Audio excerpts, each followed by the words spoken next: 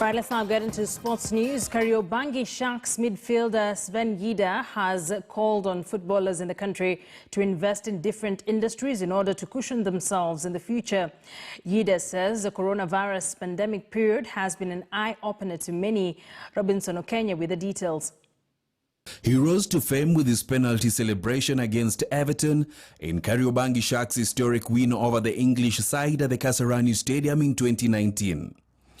Sven Yidah has been at the core of Sharks' midfield with his performances earning him recognition among his peers.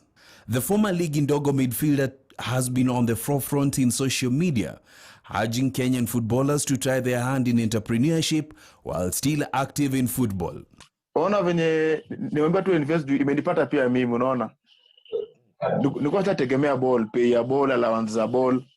Sasa hii COVID ikitokea tulifikiri kitu ya dakika ama tuseme kitu ya wiki mbili naisha. So unapata venye ilikami ikatutandika hivi katupata flat foot. Imekuwa hard ile saving kidogo ulikuwa umeweka umetumia yote unaona. Watu wanategemea allowances, bonuses, salary za ball, sasa hakuna. Uko na bills za kupay. Sasa ndio watu wengi sasa wanaishi na wazazi. Watu ndio wazazi huku nje unaona. Yidah says the coronavirus pandemic that brought to a halt sporting activities in the world has been an eye-opener to Kenyan footballers that their careers can come to an end when least expected. The more unazeeka, the more una age, kuna vitu utashindwa kufanya unaona. So ile ukijana tuko nayo ile ndio unapata, unafaa kuwa invest, but shida ni hiyo management unaona. Watu wangapi wako managed na watu professional unaona. Sven, who began his football career in Kibera, feels that sportsmen and women should not wait for government help. So inaanza na sisi wenyewe. Naweza lilia gava hapo, but gava ikiweka na mimi sitaki kujoin, unaona.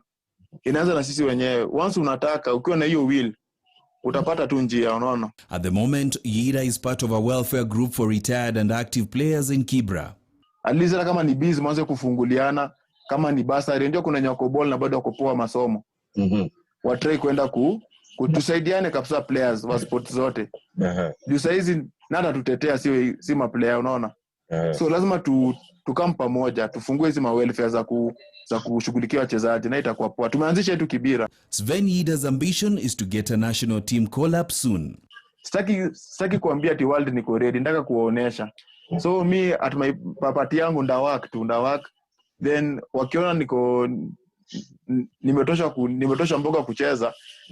Niko tayari mimi, si ati niko na dual citizenship.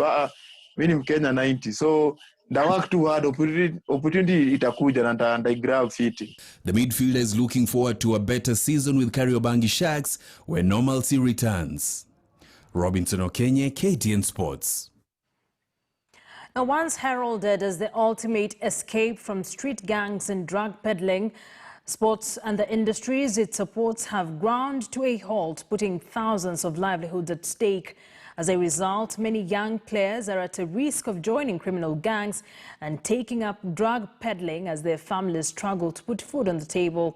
The situation has pushed well-wishers from Botella area to step up and come up with initiatives to provide life skills training and counseling, as Jeff Mogire now reports.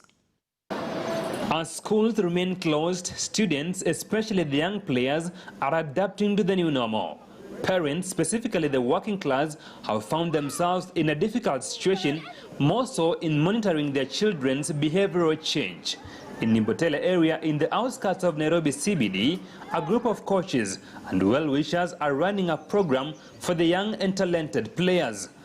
Nimeepuka mambo mengi kama kuvuta bangi, kukua mwizi na kupeana mimba. Tumefundishwa vitu mingi, tumementiwa kila Saturday tunaendanga mentorship. Since the government shut down schools in March 2020, the number of children getting involved in drugs and crime has continued to rise. The situation is more dire for the young girls, with a reported increase in early pregnancies. Sisi hapa coach wetu anatupea sodo, inapunguza gharama mingi sana ya kujiunganisha na vijana na kupata mimba na virusi. Before the pandemic hit the country, young school-going girls occasionally received free sanitary pads under the government's towel program. This seemingly easing the financial burden on their parents.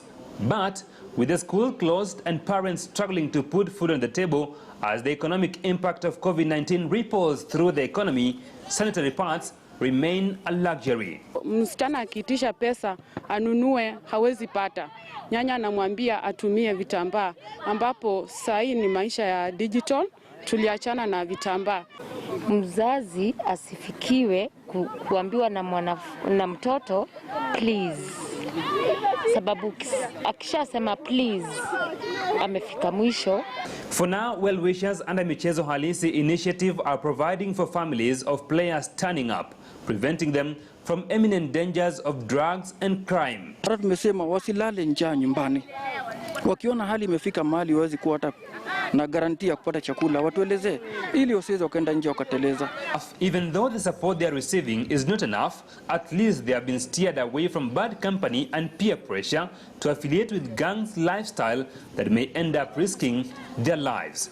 In our societies and in our communities, we are faced with the similar challenges these young girls and boys are going through.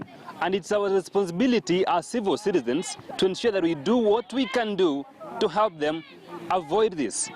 Jeff Mogire, KTN News, Mbotela, Nairobi.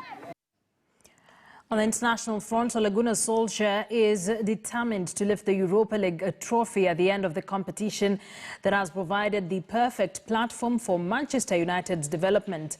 United kick off the mini-tournament with a quarter-final against FC Copenhagen in Cologne tonight. The other quarter-final will see Inter Milan take on Bayern Leverkusen.